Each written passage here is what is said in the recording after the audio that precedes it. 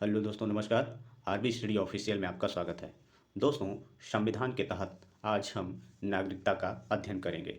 आप चाहे जिस परीक्षा की तैयारी कर रहे हों, एसएससी, यूपीपी, टीजीटी, पीजीटी या फिर अन्य परीक्षाओं के जिसमें भी पॉलिटी से संबंधित प्रश्न पूछा जाता है, तो उसमें नागरिकता से प्रश्न बनना तय होता है।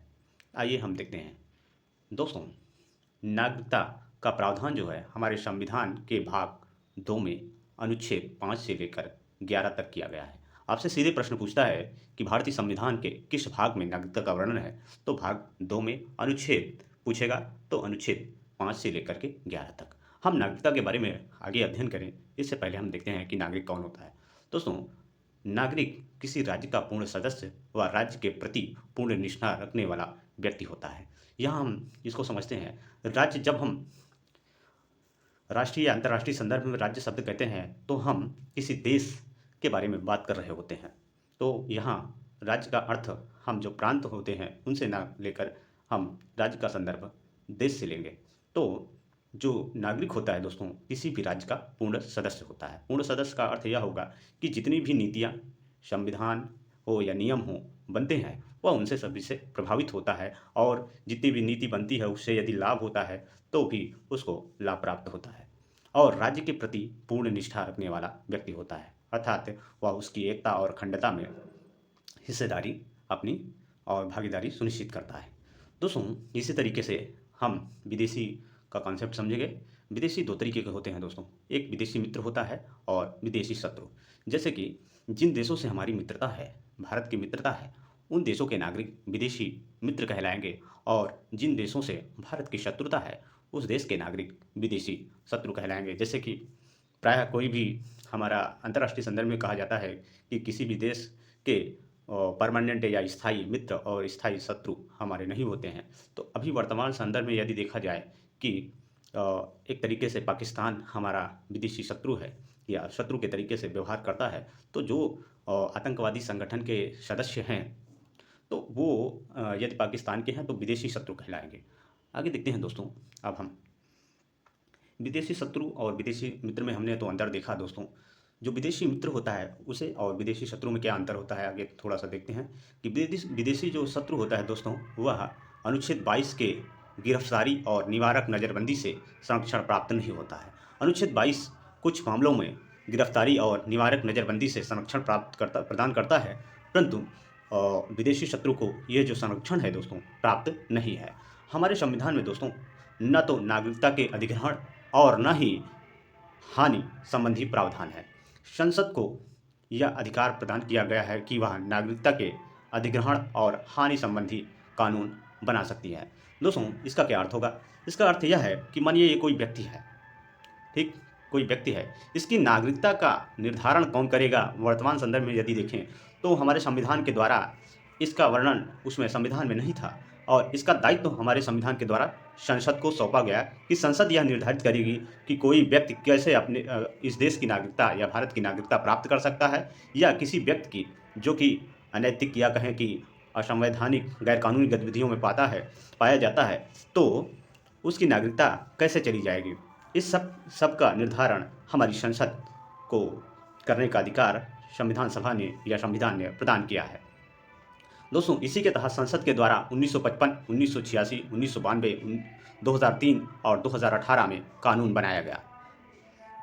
आगे देखते हैं दोस्तों, संविधान के अनुच्छेद 5 में क्या है। संविधान के अनुच्छेद 5 में संविधान के प्रारंभ के समय नागरिकता का प्रावधान किया गया। संविधान के प्रारंभ के समय प्रत्येक व्यक्ति जिसका निवास भारत के राज्य क्षेत्र में था और जो भारत के राज्य क्षेत्र में जन्मा था या उसके माता पिता जो है में से कोई एक भारत के राज्य क्षेत्र में जन्मा था या ऐसे संविधान के प्रारंभ होने से पहले कम से कम 5 वर्ष तक भारत के राज्य क्षेत्र में निवास करता था, भारत का नागरिक होगा। दोस्तों, जब आप भारत का मैप देखते हैं, ये मानिए मोटा मोटा भारत का मैप है, ठीक, तो ये जितना क्षेत्र है ये भारत का राज्य क्षेत्र है, अंडमान निकोबार को लेकर के और इधर लक्षद्वीप, मिनी गोवा वगैरह को। तो जितना भी भारत का राज्य क्षेत्र है, हम भारत के राज्य क्षेत्र या किसी देश के राज्य क्षेत्र को ऐसे समझ सकते हैं दोस्तों कि जितने भी क्षेत्र में भारत का संविधान या भारत की सरकार के द्वारा बनाए गए नियम कानून लागू होते हैं, वो सभी क्षेत्र किसी भी देश के या भारत के राज्य क्षेत्र कहलाएंगे। जैसे कि भारत के संदर्भ में कहेंगे तो भारत का राज्य क्षेत्र, और किसी अन्य देश के संदर्भ में कहेंगे तो किसी अन्य देश का राज्य क्षेत्र होगा। तो यदि जो है संविधान के प्रारंभ के समय किसी व्यक्ति का जन्म भारत के राज्य क्षेत्र में हुआ रहा हो, या उसके माता पिता में से कोई एक रहा हो जिसका जन्म भारत के राज्य क्षेत्र में हुआ हो, या ऐसे संविधान, जब हमारा संविधान हम जानते हैं कि 26 जनवरी 1950 को लागू हुआ पूरी तरीके से, तब जो है उसके पहले 5 वर्ष पहले भारत के राज्य क्षेत्र में रह रहा कोई व्यक्ति हो तो अनुच्छेद 5 के तहत वह भारत का नागरिक होगा। ये जो प्रावधान है अनुच्छेद 5, वो संविधान के प्रारंभ के समय नागरिकता का वर्णन करता है। हम देखते हैं दोस्तों अनुच्छेद 6। अनुच्छेद 6 में पाकिस्तान से भारत आने वाले व्यक्तियों की नागरिकता का प्रावधान किया गया है। इसमें डेट दिया गया है दोस्तों 19 जुलाई के बाद पंजीकरण के 6 माह पश्चात भारत का नागरिक बना हो। अब इसमें जो डेट दिया है वो महत्वपूर्ण है दोस्तों कि 19 जुलाई 1948 के बाद पंजीकरण के 6 माह पश्चात वह भारत का नागरिक बना हो तो अनुच्छेद जो है 6 के तहत वह भारत का नागरिक बनता है, जो कि पाकिस्तान से भारत आया हो। दोस्तों अनुच्छेद 7 में कहा गया है कि पाकिस्तान को जाने वाले कुछ व्यक्तियों का नागरिक ना होना। इसमें डेट दिया है कि 1 मार्च 1947 के बाद 1 मार्च 1947 के बाद जो लोग पाकिस्तान चले गए वो भारत के नागरिक नहीं हो गए। और अगला अनुच्छेद है दोस्तों अनुच्छेद 8।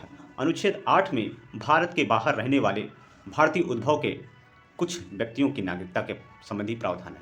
दोस्तों आप भारतीय मूल के नागरिक से संदर्भित प्रश्न जो है तथ्य न्यूज़पेपर में जरूर पढ़ते होंगे। जैसे कि आप देखते होंगे कि विभिन्न पुरस्कार या फिर जब कोई व्यक्ति जो भारतीय मूल का होता है उसका नाम पेपर में, जब आप न्यूज़पेपर में पढ़ते हैं तो आपको लगता है कि जो है भारतीय मूल का क्या होगा। तो हम इसको देखते हैं कि भारतीय मूल का व्यक्ति या भारतीय उद्भव का व्यक्ति होता क्या है। दोस्तों यदि किसी व्यक्ति के माता पिता, दादा दादी, नाना नानी में से कोई एक भारतीय उद्भव का व्यक्ति हो, मतलब जिसका जन्म भारत में हुआ हो, तो वह मामूली तौर पर भारत में निवास कर रहा हो, और यदि वह मामूली तौर में पर जो है भारत में निवास कर रहा हो तो भारत का नागरिक समझा जाएगा।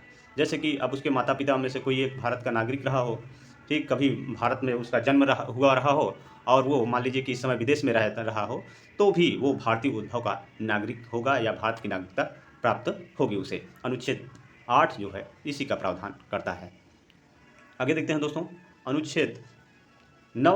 अनुच्छेद 9 में दोस्तों विदेशी राज्य की नागरिकता स्वेच्छा से अर्जित करने वाले व्यक्ति का नागरिक ना होना बताया गया है। दोस्तों अनुच्छेद 9 कहता है कि यदि कोई व्यक्ति विदेशी नागरिक राज्य की नागरिकता ग्रहण करता है, मान लीजिए कि पंजाब के संदर्भ में वर्तमान समय में खालिस्तान का मूवमेंट चल रहा है दोस्तों, ये कोई गुरमीत या फिर कोई नाम मान लीजिए एक्स नाम का व्यक्ति है और पंजाब से जाकर के कनाडा की नागरिकता ग्रहण करता है, तो वह अनुच्छेद 9 के तहत स्वतः ही भारत की नागरिकता उसकी चली जाएगी। तो अनुच्छेद 9 में कहा गया है कि यदि कोई व्यक्ति किसी देश की नागरिकता स्वेच्छा से ग्रहण कर लेता है तो वह भारत का नागरिक नहीं होगा।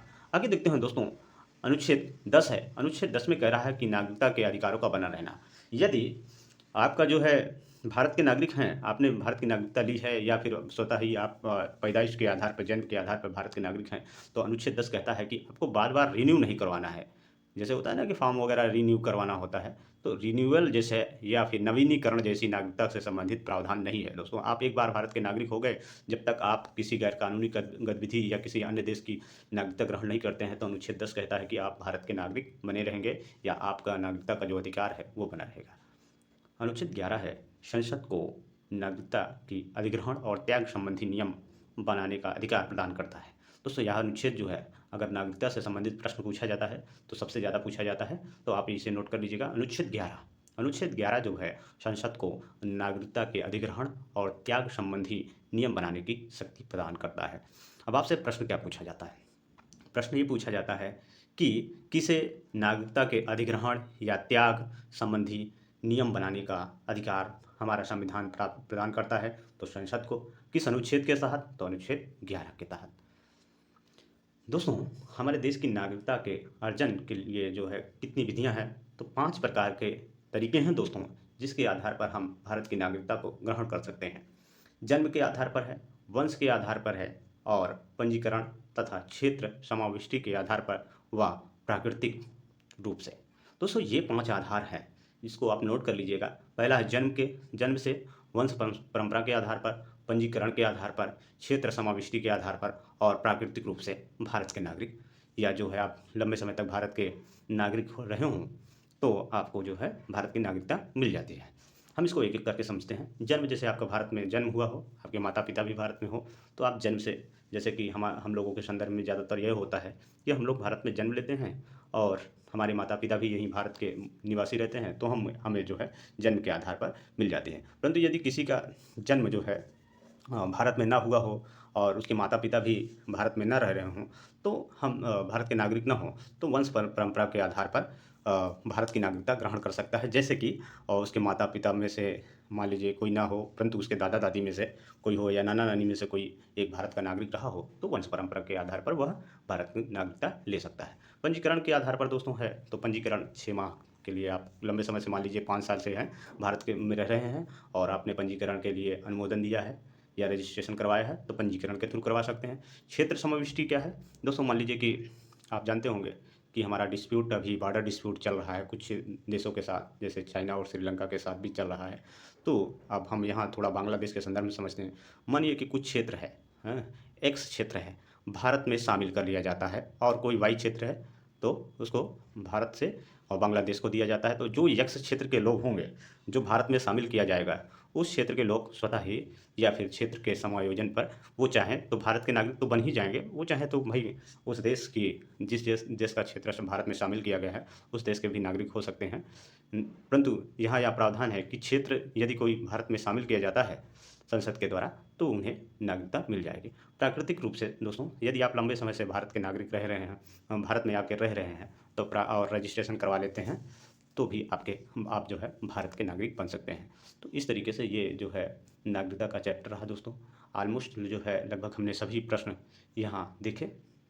तो ये नागरिकता का चैप्टर अब समाप्त होता है।